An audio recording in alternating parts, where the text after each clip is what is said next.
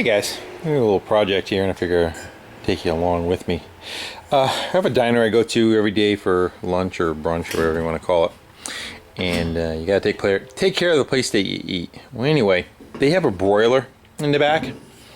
And these are there's two sections that drop in. I actually did a little video just to take some measurements of it.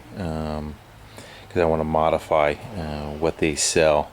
I think these are about 350 bucks, between like 350 and 400 bucks a piece. I think he said these cost. They're stainless. The problem is he does steak tips, and the steak tip marinade is very acidic, and over about probably about 4 or 5 months, it burns through and eats through the stainless. And I've taken a couple before and I've patched them and I've repaired them, and I'll make up some new sections. Like here's one that I made up. I still had sitting in my stash, so I would cut them out and I would weld a new one. And generally the centers kind of blow out where everything's kind of concentrated. So last time I was kind of out of the stainless that I had, and I said I'd have to order a whole sheet, etc., etc. What I ended up doing was just taking some 1-inch angle iron, which is 1/8 inch thick, and where the holes are, we just kind of laid them right in over the top of it. And that was probably, I want to say, 5 months ago, and lo and behold, it did not eat through those. So again, granted it's thicker. This is, I don't have my gauge on my hand right now, but I'm gonna say that's like 14, 16, something like that. And well, let's go grab the gauge and figure it out exactly. This is a sheet metal gauge, and you get the numbers in thousands on one side, and it tells you the gauge number on the other. And the smaller the number, the thicker the piece of metal is. So let's go with, let's say 14. 14 fits over it. 15 is tight. So I'm going to call it a 14. Well, I think we're going to go with, did he even catch that? Do it one more time. So that's 14. Fits over it. And I think what I'm going to use is 1/8 inch or 11 gauge. You flip 11 over, and you read it, and it's 1.25, which is 1/8 inch thick. So the regular steel did not rot out, so we're not going to make them out of stainless. We're going to just try making them out of regular steel and see if that will hold up for him. And I'm not going to quite carry this pattern. I'm going to do something a little bit different, just because the angle is a V, and I think I'm going to go something like, I'll do a row down below with the V's, probably leave about a 1/2 inch gap in between them. This gap is, I don't know, I'm going to say that's about 3/8, 1/4 inch to 3/8 gap is what they're leaving for the heat to kind of rise up in between. But the idea is so when stuff drips down, it does not go onto the burners or ceramic underneath it. So that's the main idea. You want the heat to be able to flow through, but not the material to drop down on that. So as long as I can recreate something that does that same idea and still allows the heat to go through, we should be okay. So anyway, enough of me talking. I am going to start cutting some metal out and see what we come up with, and start fabricating something.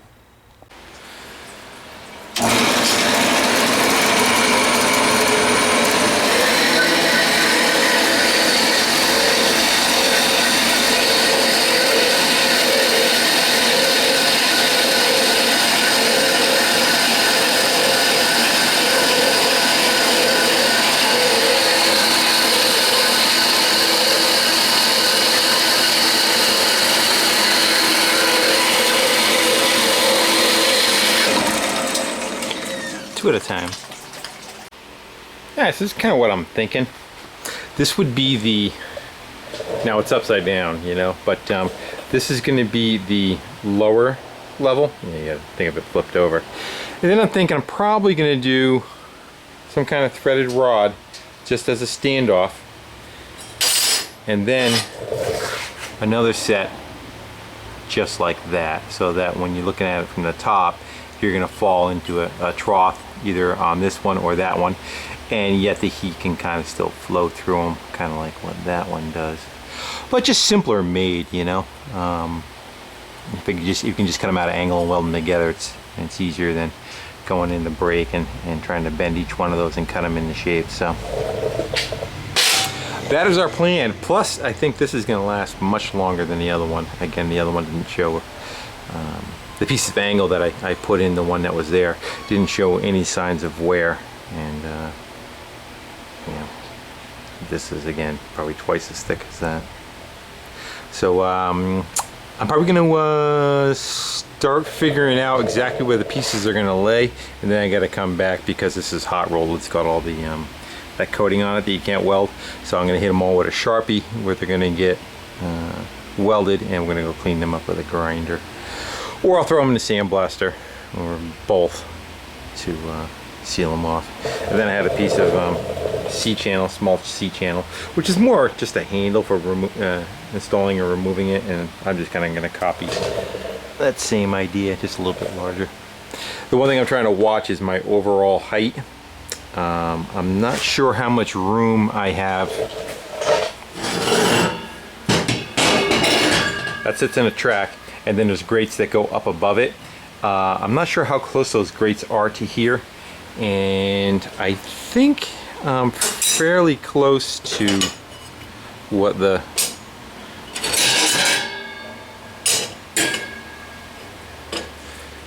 you figure that's going to be, they'll be on the bottom, but it's still going to be the same height. Somewhere I got a tape measure.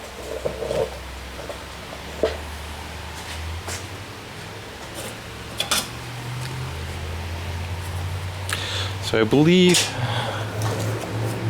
the one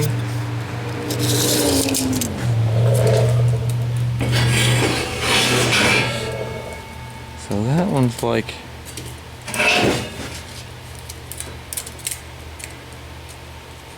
a little over 2.5. We're gonna go call that like I'll say 2 3/4, and I am at, actually not bad, almost the same thing, so that'll work out just fine. Maybe a little taller, but I think there's plenty of room for that. So that's the idea I'm gonna go with, and I think it should work. All right, I'm gonna mark, grind, start welding.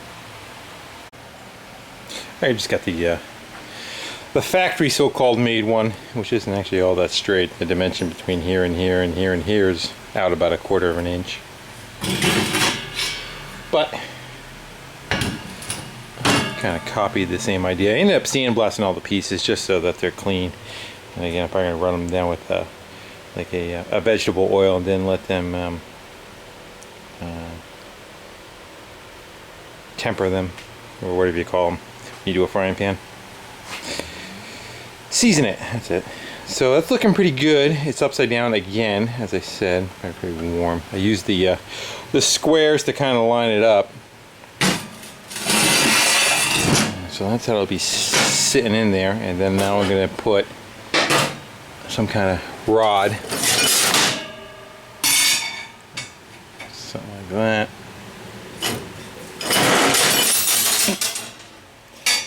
See, like that. And then I'm going to do another row in between, so when you're looking down on them, there won't be any place for the material to make it all the way down. I'm going to start on that. I'm going to try to figure out what I got enough rod lengthwise to make 4 of them. So they're probably going to be, I don't have to go all the way to the end, but yeah, say right about there, which looks like about 18 inches a piece. So I come up with 5 or 6 feet of something that's all the same size. So let me go do that. Well, that's pretty much going to wrap that one up. You can kind of see the honeycomb style.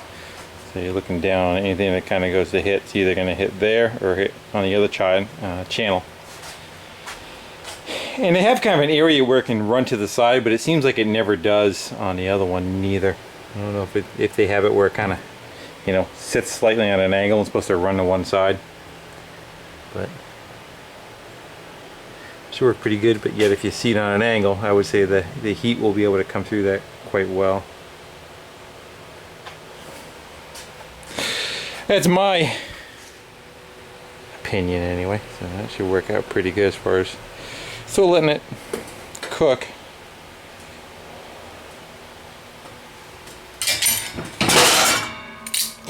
I hit it on the sandblaster one more time, and then I can probably rubber it down with like a vegetable oil and let them put it on the grill and fire it up and kind of let it cure.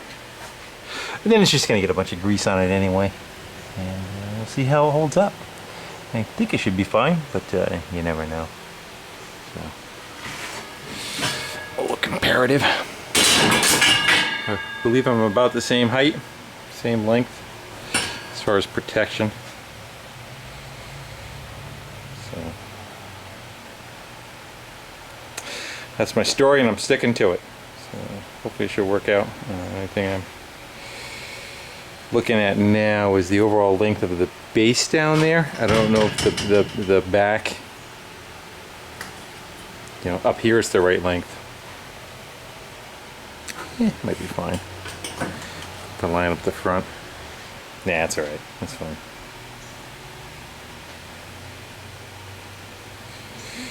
Alright, hopefully I may be able to take a little clip of it installed in the grill itself. We'll see how it looks, and then I gotta make another one.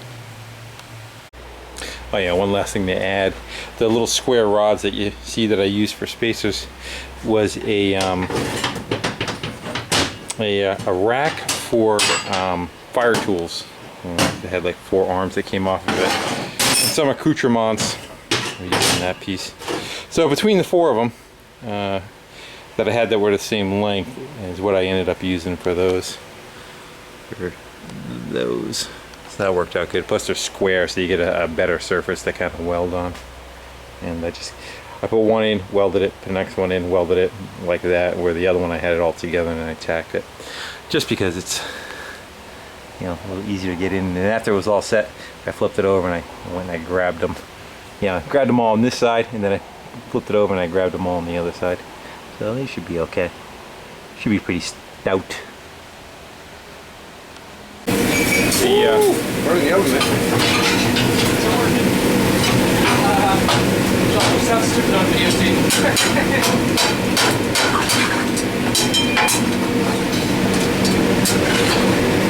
What I made you do. Alright guys, excellent.